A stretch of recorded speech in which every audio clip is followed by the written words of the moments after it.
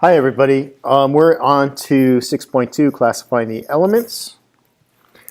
Now, everything has IDs, like you may be getting your driver's license soon, and it has specific information like your address, your name, your gender, your height, things like that.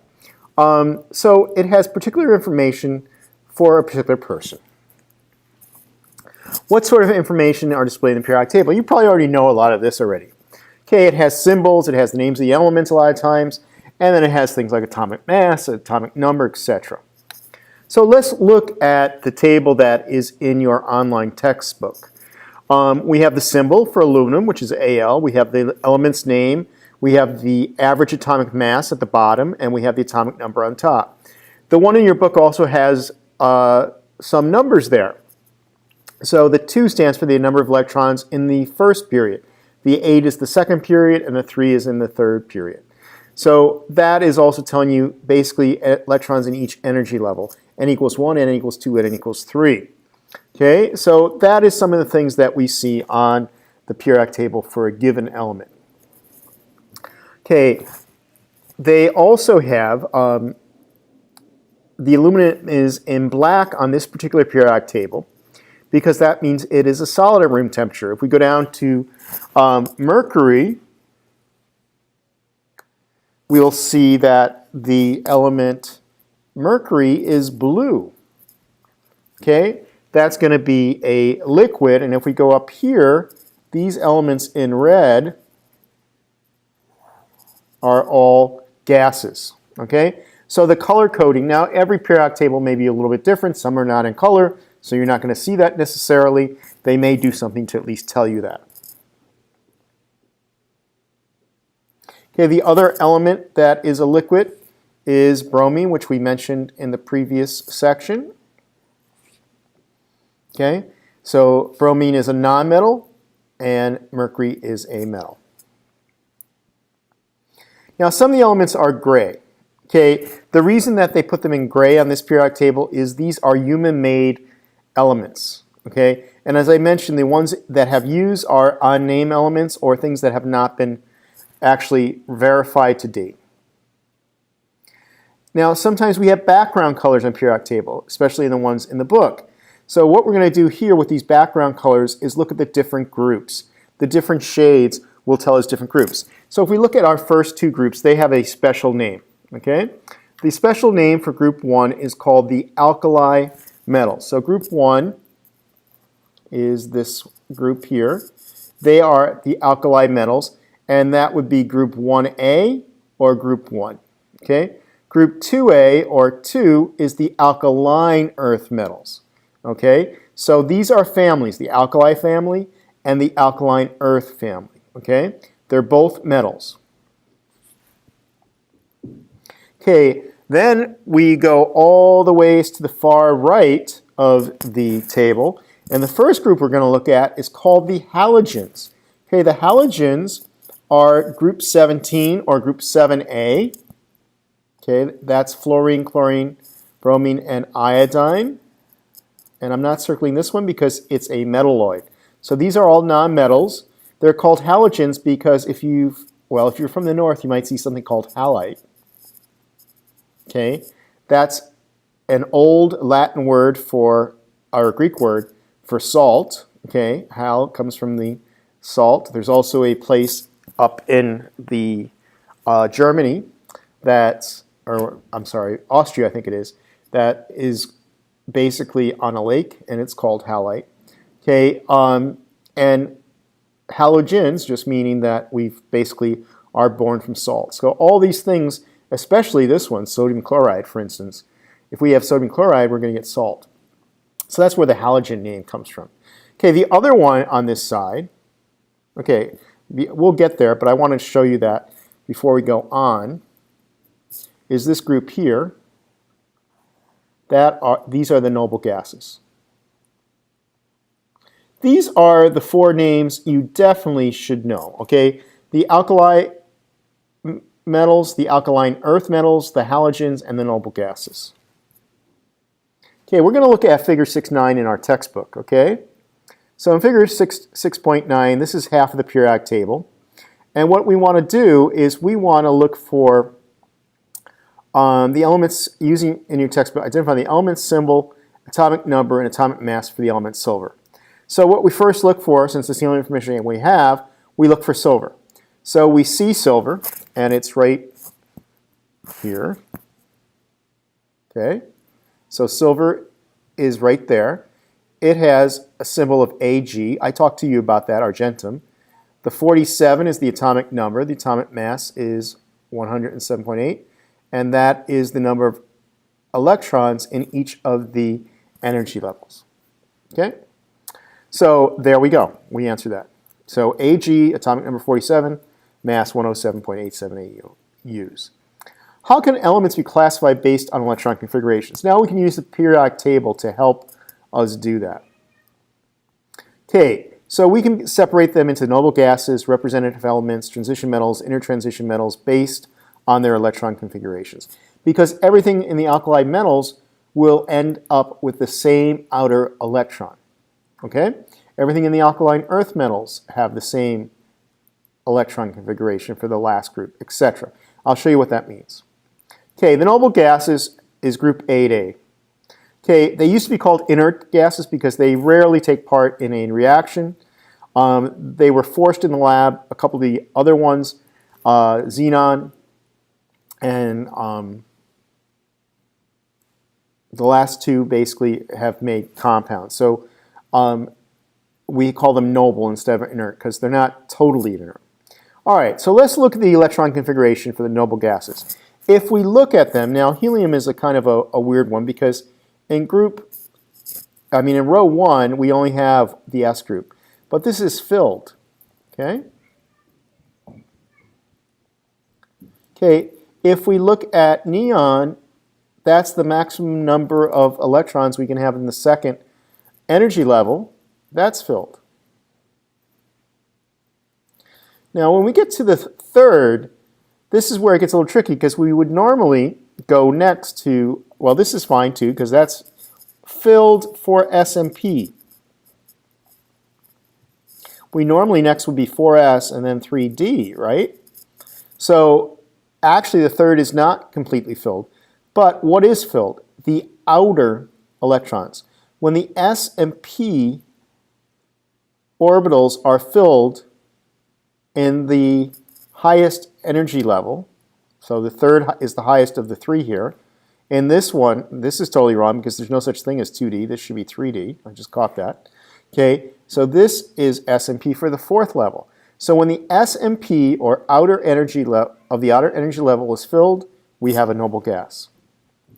Okay, now we could say a similar thing for group 1. If we look at group 1, we could look at lithium. Lithium is 1s2, 2s2, 2p1. 2s1. Okay.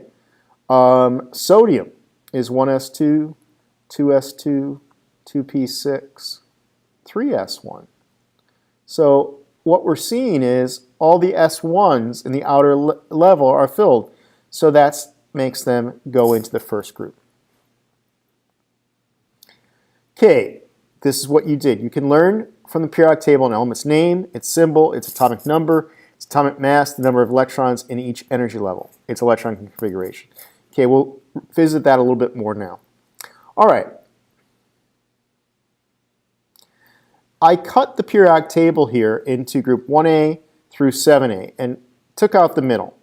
These elements are called the representative elements. These are the ones that basically are easily used to find electron configurations because this would be S1, this would be S2, this would be P1, P2, P3, P4, P5. Okay, so the last electron would be all of them would be P1s. These would be P2s. These would be P3s, P4s, P5s, etc. Okay, and so this information is very helpful in how these atoms or these elements will react. Now, if we look at these groups, we see that some are metals, some are non-metals, some are metalloids. Most of them are solids. Up on the right-hand side, we have few gases, and bromine's the only liquid. All right, as I was drawing earlier, here's lithium, neon, and argon. So if we look, group 1, as I told you, would be only the S1.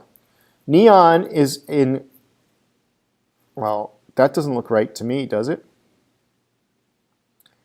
I think they wanted to do sodium. This is sodium. Somebody didn't do this slide very well. So this is sodium.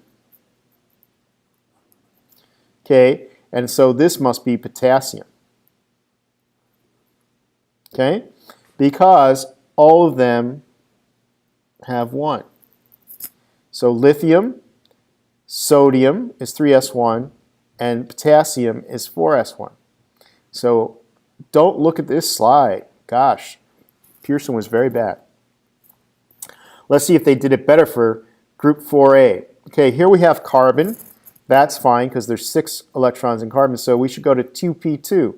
Silicon, 3p2. Argon, all right, let's see if they did argon right. No. Okay, they didn't do argon right because argon's a noble gas. So let's look and see what it should have been. Germanium is what they're trying to do. Okay, so this should be, somebody proofread their slides. So germanium should be this one. Okay? Okay, in the periodic table, the B group elements separate the A group on the left side of the table from the A group on the right side. Okay, these are called the transition elements. There's 2 types of transition elements, the ones that are having D electrons that I mentioned, and the other one that has the F electrons, and we'll look at these shortly. Okay, copper, silver, and gold are examples of transition elements. Okay, in atoms of transition metal, the highest occupy at S level and a nearby D sublevel contains electrons. These elements are characterized by a presence of electrons in D orbitals. Okay.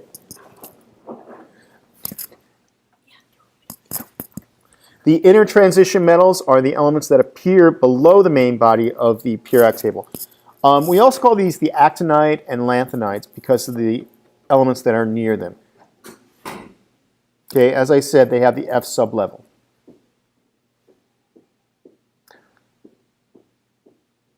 Okay, we also have things that are radioactive in the intertransition metals. These are uranium, is an example of an intertransition metal. I like to call them actinide and lanthanides. Okay, everything after element 92 is human made.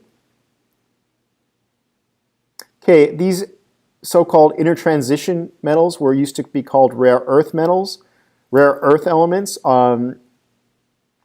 because they weren't around too often. They have very similar properties. We don't use it as often anymore because some of them are more abundant than other elements. All right, let's talk about the blocks. I kind of referred to this before. We have S block, D block, P block, and F block. And this kind of tells us what are our last electrons. If these elements are, the last electrons added are either an S1 in group 1 or S2. Okay. The outliers, of course, this is helium, which is a noble gas because it has a filled energy level, so it's like these P6 ones.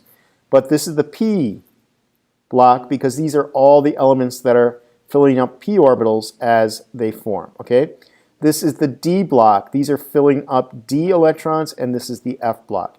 When we find an element, this can help us determine how many electrons should be put in that last level using our off-bow. Okay, so as I said, there are S blocks, P blocks, D blocks, and F blocks.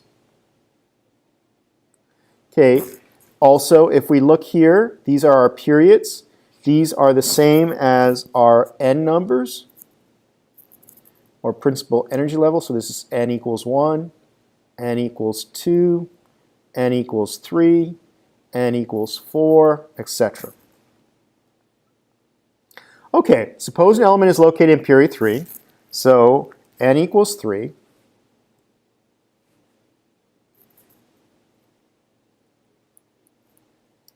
You know that the S and P levels and energy levels 1 and 2 are filled. So we can say 1s2, 2s2, 2p6 is filled. You then would need to cross period 3 from left to right to complete the configuration. So the next thing we'd do is add 3s. So if we only had 1, we put 1 there. If we had 2, we put 2.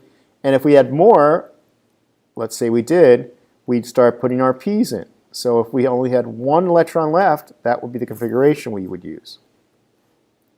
Okay, for transition elements, electrons are added to a d sublevel with a principal energy level that is 1 less than the period number. So we don't have any, if we're in n equals 3,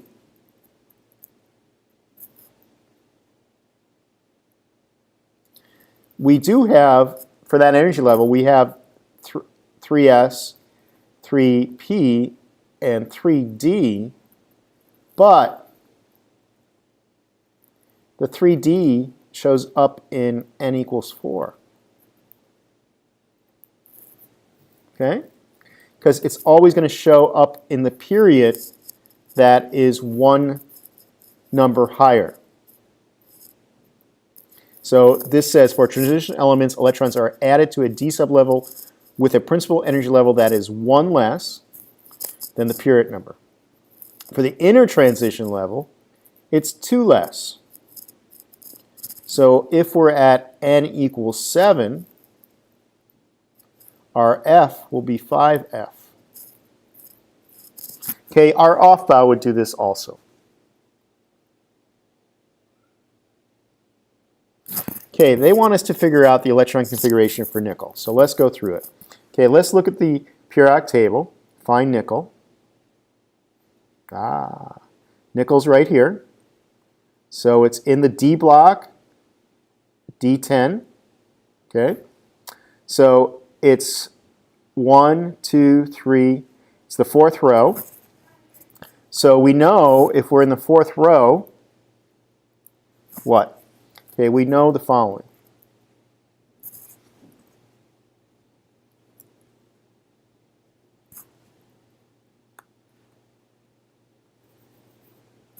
Okay, we know that from our previous discussion that 1s2, 2s2, 2p6, 3s2, 3p6 is filled. Okay, and then we know that 4s starts up, and since it was nickel and it said 10, okay, that means 1, 2, that means we should have nickel would be 3d10. Let's see if, I'm sorry, 3d8. Okay, let's go through and see. All right, so we look at the highest energy levels, okay, just what I did. Has 28 electrons. So as I said, we can put all that down. We know that's next, and then we have the 3D. Now, let's look back here. This is what I've been saying when some of you have asked me questions.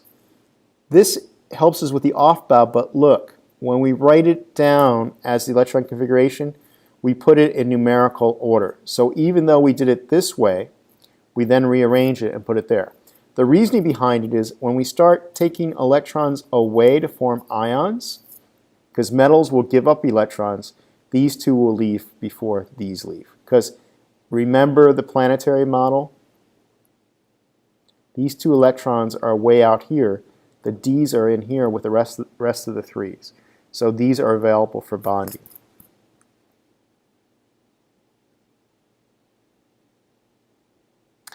Okay, what does the element tell? What does the period tell you? it tells you basically what the outer energy level is, and the group tells you something about the number of electrons in that, depending on what block you're in. So the period tells you the highest occupied principal energy level. The group number is equal to the number of electrons in the highest occupied energy level. Okay, the periodic table usually displays the symbols and names of elements along with information about the structure of the atoms. Elements can be sorted into noble gases, representative elements, transition metals, or intertransition metals based on their electron configurations. So remember alkali metals, alkaline earth metals, noble gases, and halogens. Okay, here are some of those things. You should take these notes down in your notebook. Representative element are A groups, or groups 1, 2, 13 through 17, 18. You can kind of put the noble gases in there. Transition metal is in between. They have D sublevels. And the F sublevels are your actinide and lanthanides, called the intertransition metals. Okay, the big idea for this section is periodic tables may contain each element's name, symbol, atomic number, atomic mass, and number of electrons in each energy level. The electron configuration of an element can be determined based on the location of an element in the periodic table.